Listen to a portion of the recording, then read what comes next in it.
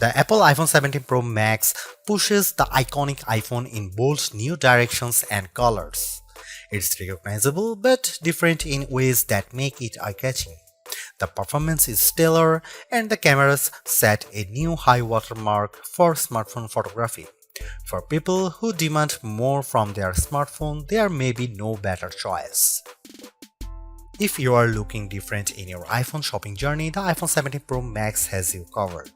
It's not just that fetching cosmic orange, the unexpected hue heat of Apple's eye-dropping event.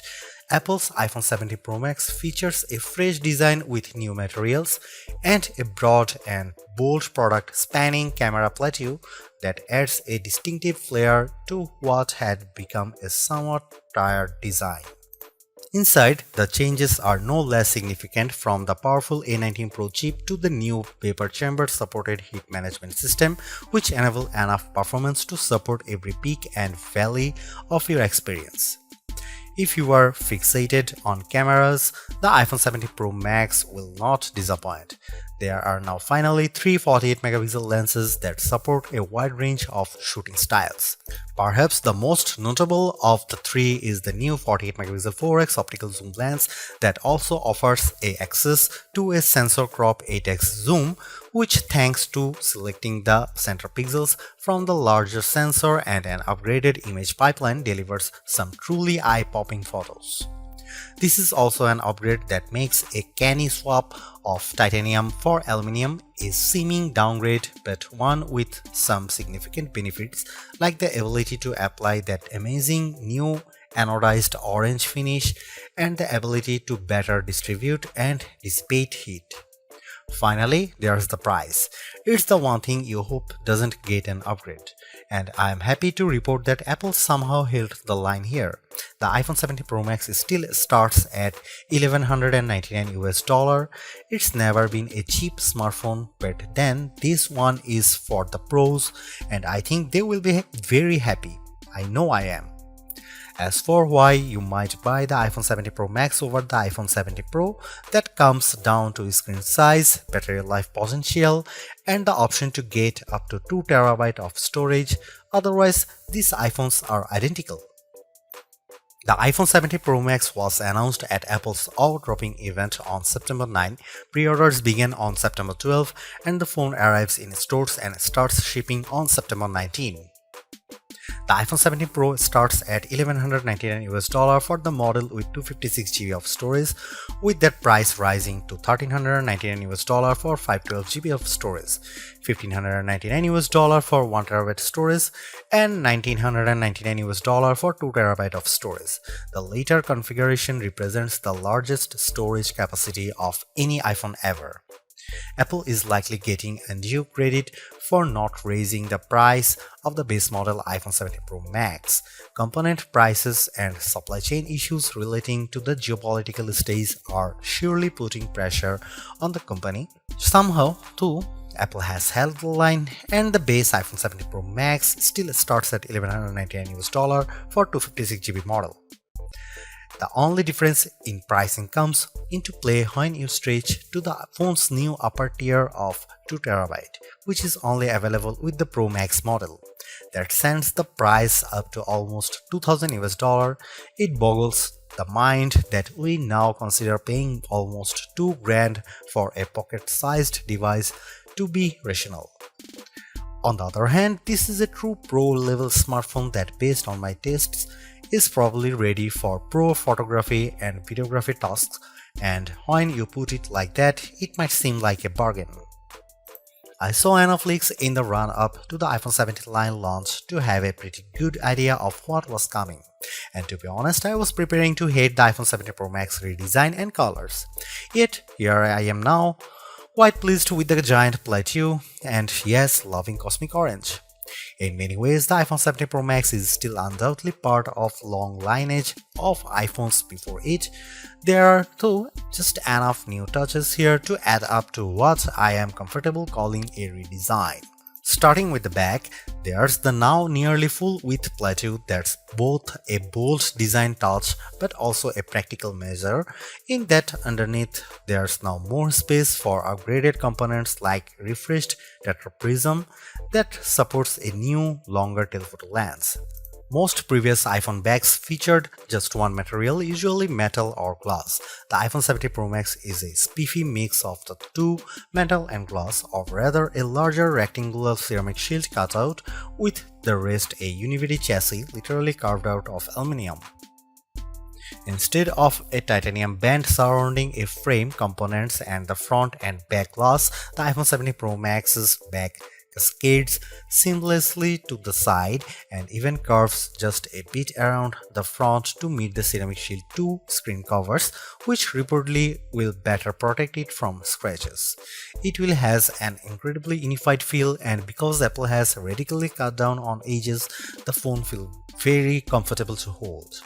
When it comes to dimensions and weight, the iPhone 17 Pro Max is slightly larger and heavier than the iPhone 16 Pro Max, but I challenge anyone to notice the differences, which can be measured in fraction. The iPhone 17 Pro Max is 163mm tall by 78mm long by 8.75mm thick and weighs 233 grams. By contrast, the iPhone 16 Pro Max was 163 by 77.6 by 8.25mm and weighed 227 grams. This year there are no new buttons to contend with. Along one edge we have the long power and Siri button, and below it camera control. Opposite them is the action button, and below that a pair of volume buttons. There are small differences along the shorter edges. On top, an antenna cutout is now visible, and on the bottom the pair of speaker grills appear larger. If you want to lie the phone flat, you will have to place it screen down. Even though the back plateau is nearly the full width of the phone, the tri-camera array still bumps out even further, and between this and the wide metal bump, this phone lies on its back at a slightly more extreme angle than the iPhone 16 Pro Max. The switch from titanium to aluminum provides not only some useful heat management and energy efficiency benefits, it's also opened the door for anodized color options. I don't know where Apple got the idea for cosmic orange, but I actually love it. It's bold without being garish. There's also silver and the very deep and inky deep blue. Apple sort of explained its color choices to me and even the loss of black, but I think this is just Apple mixing things up and possibly giving a nod to all the pro level folks who buy this phone for creative pursuits. Orange is a color that will get you noticed. iOS 26's liquid glass interface might lead you to assume there has been some radical display overhaul, so much glow, shiny and artificial transparency. However, that would be mostly wrong. The platform update does change the look, but it's all still working with the same materials. The iPhone 17 Pro Max's expansive 6.9-inch Super Retina XDR OLED is largely the same as last year's, featuring a resolution of 2868 by 1320 pixels for a density of 460 ppi. The ProMotion technology still automatically ranges from 1Hz to 120Hz, and it's always on, which means that even when you are in bed, you can make out the time and have glanceable notifications. It's not though exactly the same screen. This display now ranges up to 3000 nits, that's 1000 more than the last model. In my side-by-side tests, the iPhone 17 Pro Max is more visible in direct sunlight.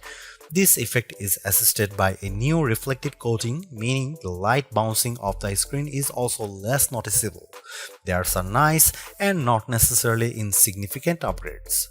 With a narrow bezel, the Super Retina display comes precisely close to meeting that orange metal, with a vast expanse of color and entertainment interrupted only by the pill-shaped dynamic island. Made up of the new center stage camera and Face ID sensors, it remains a useful space for live information, but it's also sometimes a black blob cutout in games, videos and photos. I find the information it provides useful, so I do not mind it much, but I was also hoping for a redesign that might have shrunk the thing by 50%. This is a minor quibble, and I'm sure that, like me, you probably won't notice or be bothered by it very much. Apple's redesigned plateau is not just an aesthetic choice, it's a practical one. Underneath that now larger raised platform is a lot of technology, including a new tetraprism to support Apple's longest and highest resolution telephoto lens ever. It's simply one highlight of a stellar iPhone 17 Pro Max camera system. There are a total of 4 cameras, with Apple calling the rear trio fusion cameras. The main camera is 48 megapixel, ultra-wide is also 48 megapixel, and telephoto also 48 megapixel with 4x optical, and the selfie camera is 18 megapixel. Those specs only tell half the story. In general, you are not shooting at the full frame 48 megapixel resolution, or rather, you might be using all 48 million pixels to produce a high quality 24 megapixel or even 12 megapixel to produce an 8x optical quality sensor crop. The ultrawide will by default shoot 12 megapixel macro photos. In virtually every instance, this is a case where less is more. Apple uses all that pixel information and its remarkable image pipeline to deliver fantastic photos with true life colors and exquisite detail. Here are some camera samples of the iPhone 17 Pro Max.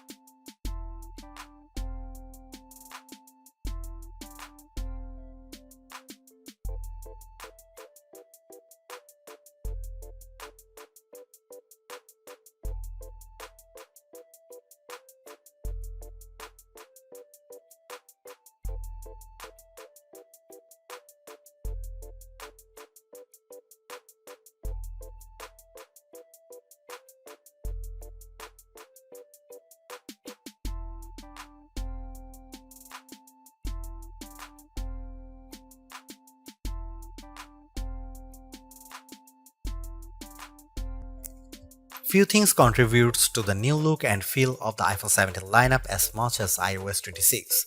Liquid glass adds a translucent sheen to almost every aspect of the platform, and mostly it's gorgeous. Apple has done an excellent job of programming pixels to look like glass. Sometimes though, the transparency is overdone and I struggle to make out some interface elements. Think of it this way: when you can see through one element to view another, it can occasionally increase the overall clutter and make some things visually confusing. For example, when you swipe down on the screen to access global search, the search box still faintly shows what's behind it, which makes what's on top of it, what you are typing, a little harder to read. It's small issues that Apple could easily address in the next iOS update. In some cases too, like the new first-party app icons, control center, and dock, iOS 26 is a welcome update that gives everything a little polish without throwing out the most recognizable elements. Apple Intelligence gets a few updates, like live translation and the ability for images captured through visual intelligence to be transformed into calendar entries. I played a bit with Genmoji and Image Playground to experience those upgrades, but they are mostly minor and I still await the fully featured Siri that Apple has promised. The iPhone 17 Pro Max is still a flagship phone based on my testing. You get a more powerful zoom camera, better sustained performance, and the longest iPhone battery life ever, a head-turning design. The iPhone 17 Pro Max is still behind the competition on AI, and it's a bit thick and heavy, but overall it is easily one of the best big screen phones yet.